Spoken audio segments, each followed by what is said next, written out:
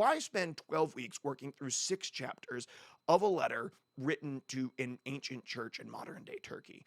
Well, the reason is because the church was really diverse. It was split up between a ton of different nationalities and people groups, and they clashed because of that. And I don't know if you've noticed, Lux is a beautifully diverse church. It really is.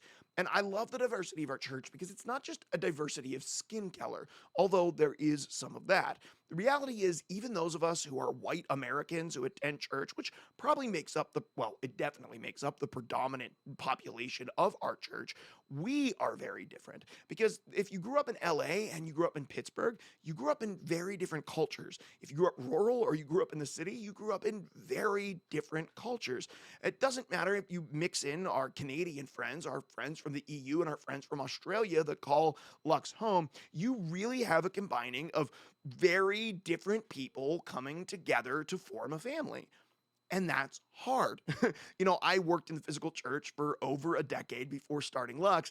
And while there were differences amongst us, there were always some commonalities. We drove on the same roads. We ate at the same restaurants. We largely thought the same about a lot of different things, at least locally. Little things that would affect the community affected all of us, and we had something to talk about. At Lux, that's not the case. If something happens in the town that I live in, you simply don't know about it, nor do you care about it, and nor should you.